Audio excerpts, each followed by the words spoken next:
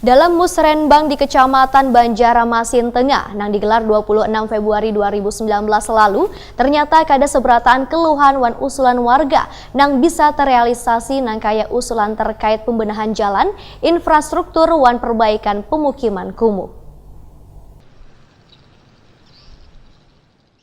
Dalam musrembang di Kecamatan Banjarmasin Tengah nang digelar 26 Februari 2019 lalu, ternyata kada seberatan keluhan wan usulan warga nang bisa terrealisasi, baik persoalan drainase nang kurang berfungsi dengan maksimal maupun jalan nang rusak. Padahal usulan tersebut sudah lawas diajukan warga. Ketua Komisi 3 DPRD Banjarmasin Matnor Ali Waitakuni Prima TV Jelang Tengah hari Senin 4 Maret 2019 memadahkan, warga Banjarmasin Tengah masih banyak mengeluhkan usulan nang lawas belum terrealisasi. Nang kaya usulan terkait pembenahan jalan, infrastruktur wan perbaikan pemukiman kumuh. Selain itu, ada juga usulan untuk peningkatan kesehatan wan pendidikan. Namun yang paling disoroti warga wayang musrembang nang dihadiri Wakil Wali Kota Banjarmasin Hermansa serta perwakilan Dinas PUPR itu menurut politisi Partai Golkar ini adalah usulan pembenahan drainase nang belum terrealisasi. Pemko Banjarmasin melalui dinas terkait diminta untuk membuat waiting list sehingga usulan nang masuk 2019 bisa direalisasikan pada tahun 2020 mendatang.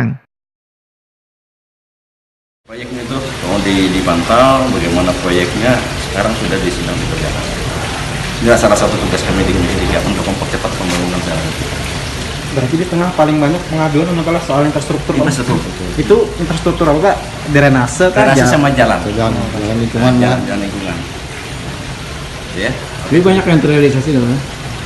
Untuk sementara alhamdulillah sudah ada ya, ada beberapa titik. Contohnya kan di Ketak Baru Ulo kemarin sudah disampai, kemudian dalam waktu dekat sudah kemudian sudah berjalan sekarang ini adalah yang di Kampung Gedang. Matnor Ali meminta pada instansi terkait bila ada keluhan yang bersifat mendesak nang kaya perbaikan drainase, jalan rusak nang dijadikan akses menuju masjid, sekolah wan pasar harus segera direalisasikan tanpa menunggu musrembang. Sedangkan untuk proyek nang diprioritaskan, Dinas PUPR diminta untuk sesegeranya melakukan lelang.